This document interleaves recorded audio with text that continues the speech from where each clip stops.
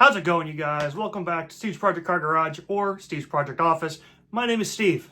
Today we're going to pick up working on the motor where we left off in the last video. Last video we went ahead and got the crank put in. Now we're going to go ahead and work on getting the rear main seal seated and hopefully get all the pistons installed. So grab yourself a cup of ginger juice and stick around.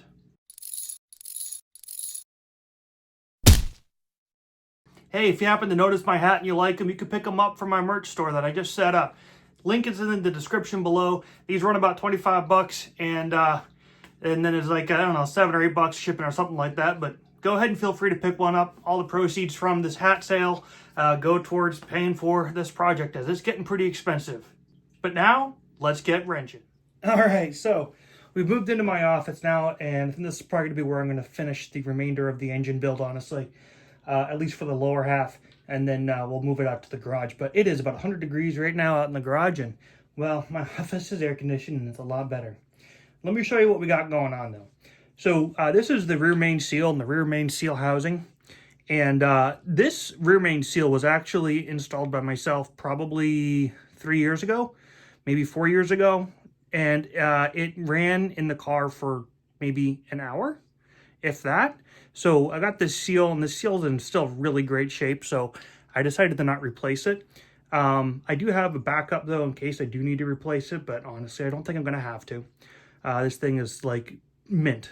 But what I did do, though, is I did kind of move it. So originally I had it pressed in pretty far, and it was actually even a little cocked. And I still had a leak out of the rear main.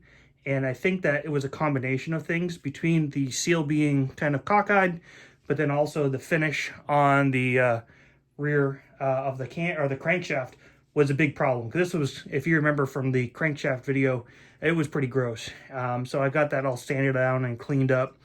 And so that's going to make a much better sealing surface.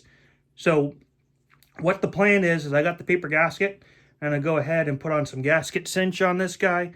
Put the paper gasket on there, put more gasket cinch on there, and then we're going to get this guy mated on up and then get him all torqued down.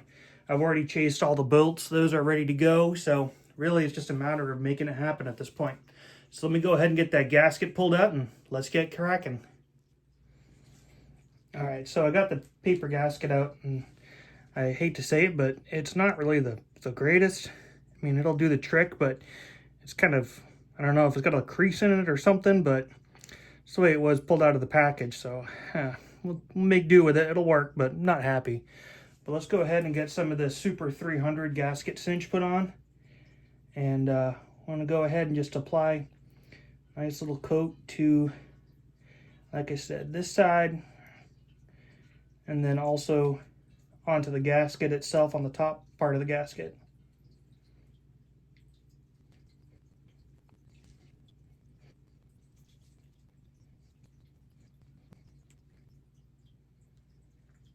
Yes, the gasket cinch is doing a good job of kind of holding it in place, so that'll make getting the bolts in there easier.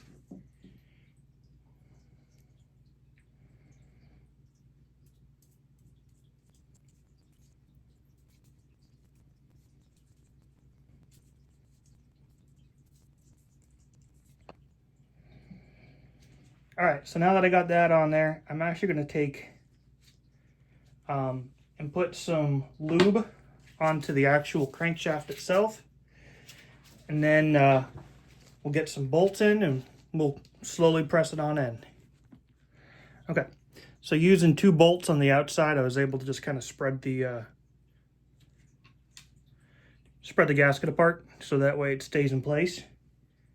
And now we're just going to slightly work this guy on. There we go. Nice and easy like. Okay, let's go ahead and just press that on there. And we're just going to start with the bolts, just kind of get them close to home, but we're not going to tighten anything up yet because we want to make sure that the crankshaft and the seal are all centralized to each other.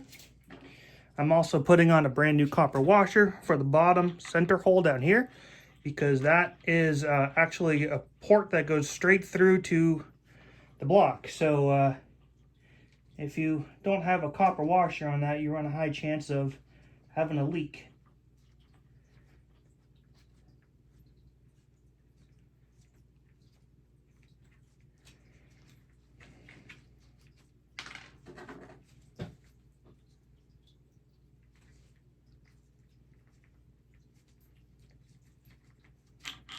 For some reason, that is gumming up.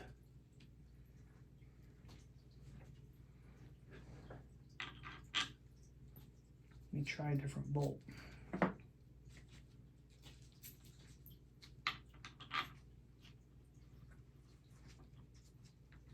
A few minutes later. All right, so now that we got that on there, I'm gonna get my flat edge. I'm gonna lay my flat edge across the top of this to make sure that this is flush. I could tell it's already just a little bit cocked, so we'll have to get that kind of addressed. And then I'm also going to take a set of feeler gauges, and I'm going to go around and just make sure that this thing is pretty decent. So let me go ahead and get that flat edge. I'll be right back. I can already tell, yeah, you can tell there, that this thing is cockeyed. Not a problem. I had a feeling that would be the case. So that's why none of these are tight. Everything is loose. What I want to do is I'm just going to give this guy a little bit of a tap, just enough to see if I can maybe just rotate it ever so slightly. So that way everything is flush.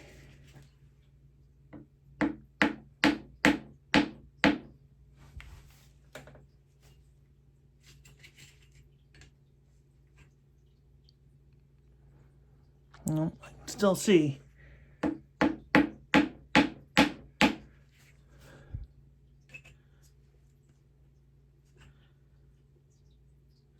That's actually a good bit better. That's quite a bit better. What do y'all think? That looks pretty flat and even to me. Maybe just a little more.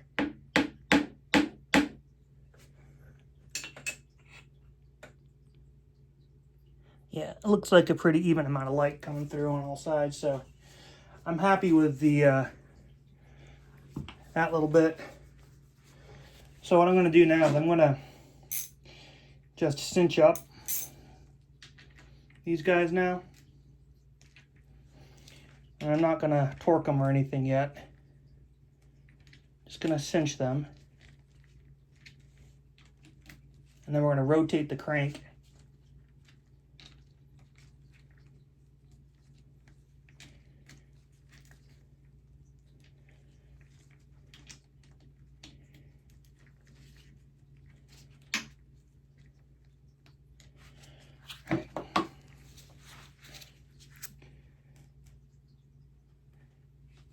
And the manual says give the crank one full rotation to seat it.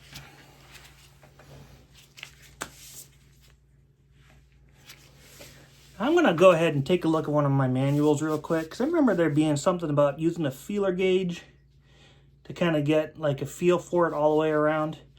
I'm going to see if I can find that real quick and see if we can do that, because I want to make sure that this thing is centered as possible, because I really don't feel like replacing this thing again, because that means transmission out and all 9 yards. So let me go ahead and do some research and I'll check back in with you.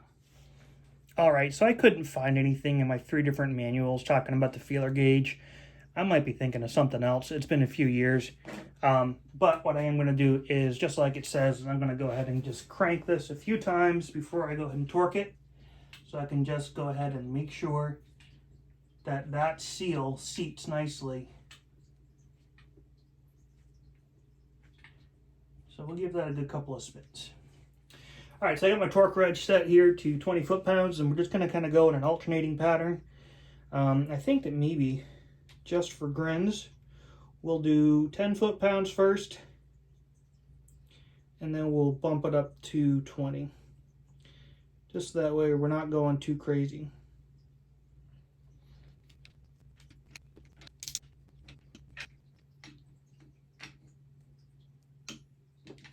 All right, so that's 10 foot-pounds. Let's do 20. The spec on it is between 18 and 20. So So we're just gonna go right for the 20. Instead of trying to split the difference at 19 or something silly like that. All right.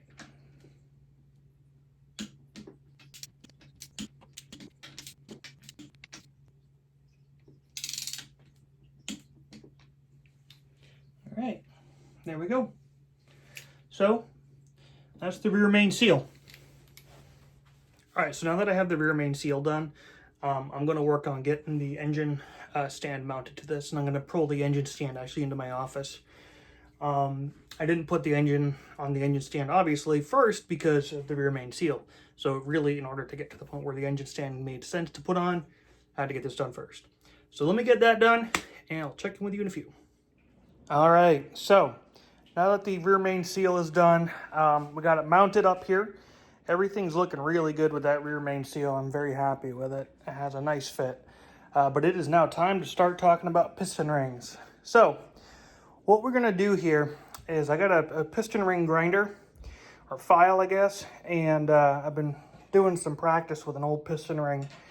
But we have these piston rings that we got with the piston set, and what we need to do now is go ahead and get some assembly lube, and we're gonna put some assembly lube here into piston number 1. We're just gonna kind of give it a nice coat, and then we're gonna take one of these piston rings, and we're gonna go ahead and start working on piston 1. So we're gonna go ahead and fit the top ring in here, and then we're gonna shoot for a gap, according to the book, of, let's see here, between 12 and 22 thou. And so we're gonna grind those until we have about 18 thou, which is what I want to shoot for on this, which is like right in the middle. A friend of mine did 12 thou on his, and he broke the rings. So I figure going about 18 thou is a nice happy medium. So let me go ahead and get you set up on a tripod. We'll take you through the process of doing one of these rings. And then what my plan is to work through cylinder 1. Once cylinder 1 is done, I can go ahead and get those rings put onto the actual piston, get it off to the side, ready to go. I'm gonna do cylinder 2, cylinder 3, and cylinder 4, because I'm gonna fit each one of these rings to the individual cylinder itself. So let's go ahead and get cracking. All right, so we're just gonna go ahead and take some of this assembly lube. Again, don't need much because it goes a long way. We're gonna just try to lube up the cylinder.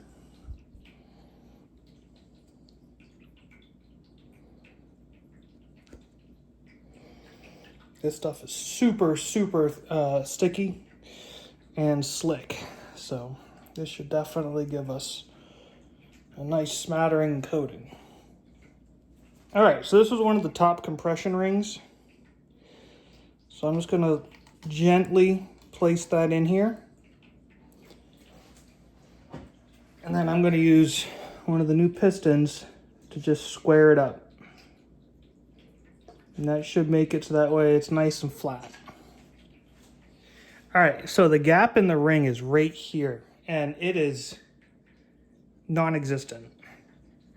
So my guess is that this is going to be super tight. Let's just see if, for yucks, even like a 3 thou can fit. Oh, 3 thou can fit, okay.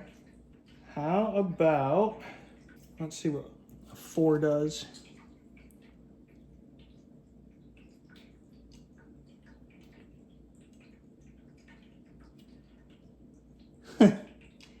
4 thou does not fit. So the current gap clearance on this is 3 thou.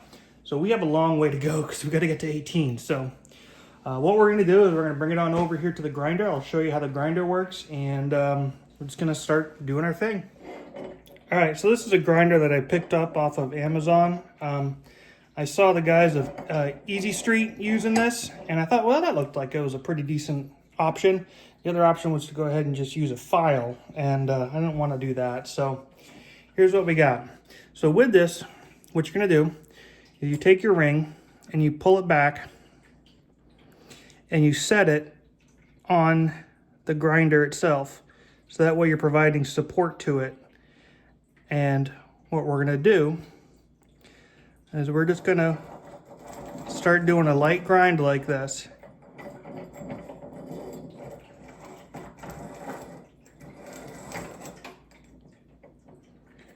Okay. You want to keep that flat.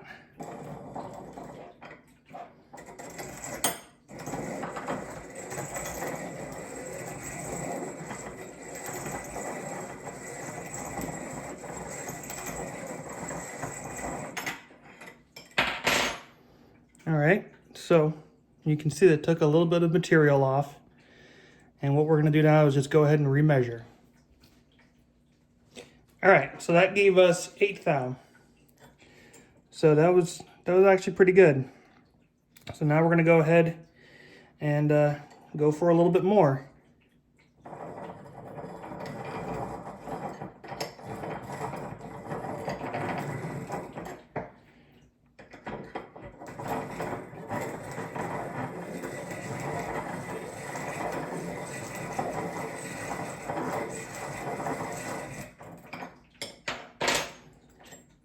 All right, again, took more material off, taking material from the same side. All right, that didn't take all that much off. It only took about 1 thou off, believe it or not, so.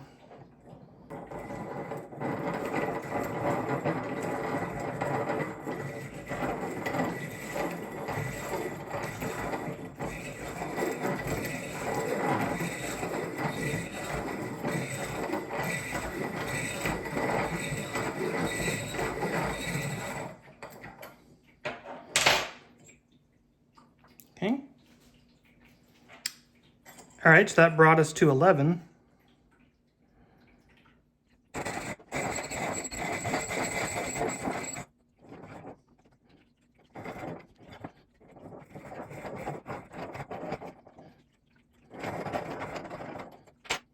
All right, so now we are within the spec range, but we're still a little short. We were at 15 on that pass. I gotta find a better way to turn this.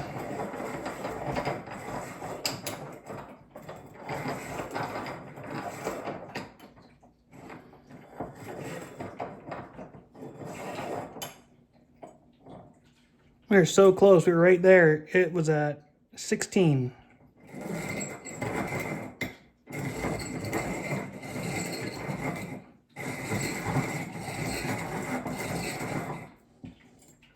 So now we're just taking little nibbles at a time. All right, and there we go. So now what I'm gonna do is just check it for any kind of burrs, and I don't see any.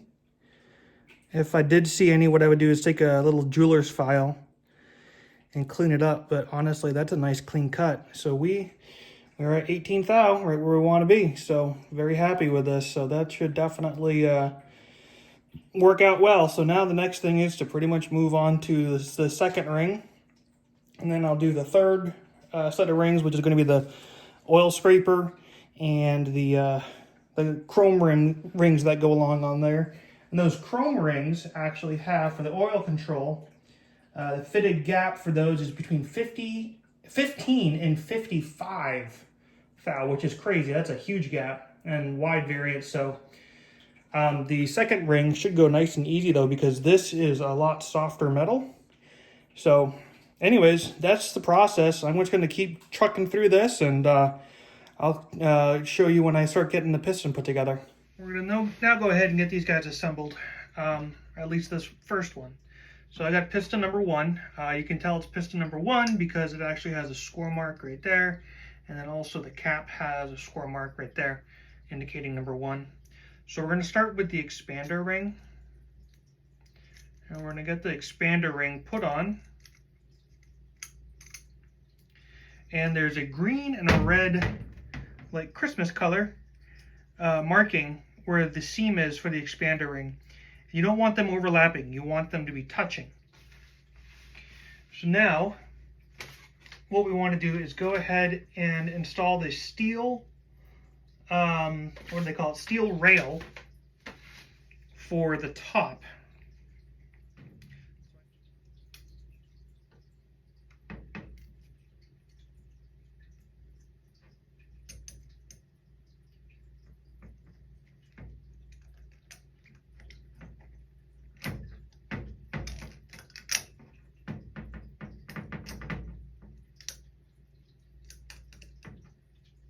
I got the top one in,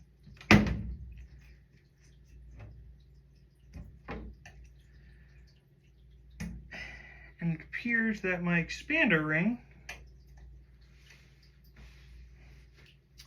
has closed up on itself. I gotta try to finagle that open again. 1 minute, 37 seconds later. Okay. I was able to just move it over. So per the instructions, you want to make sure that the colors are aligned with the wrist pin, and then that the top ring is twisted with the gap over here, and the bottom ring is going to be with the gap over here. And it seems like once you get that first ring in, it can definitely be a little tight to move around. But it says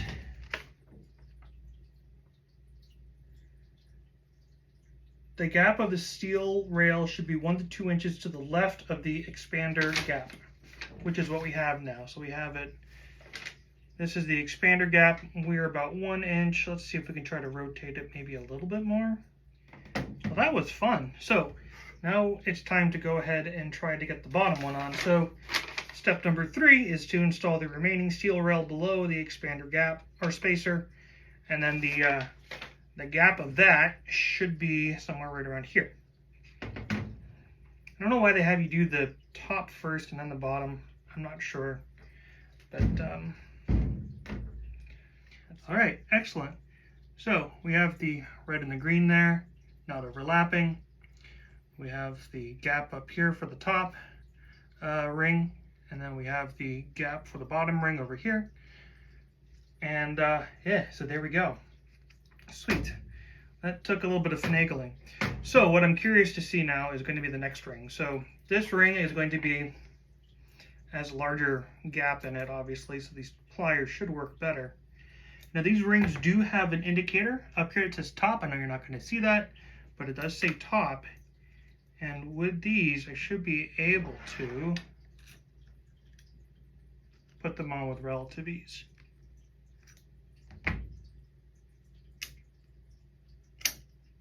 There we go.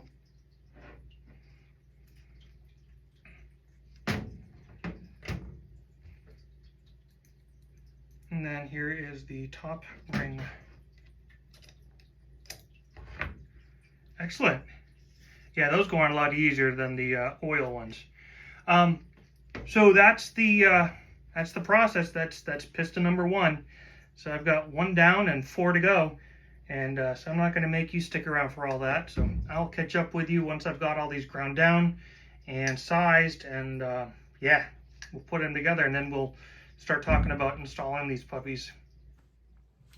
Well, I thought I was going to be starting to put in pistons, but I messed up. I messed up badly. And it's going to cost me $60 and a week's extra time.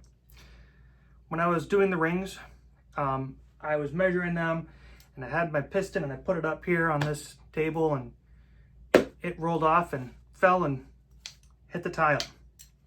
Resulted in this. See that dent? So, yeah.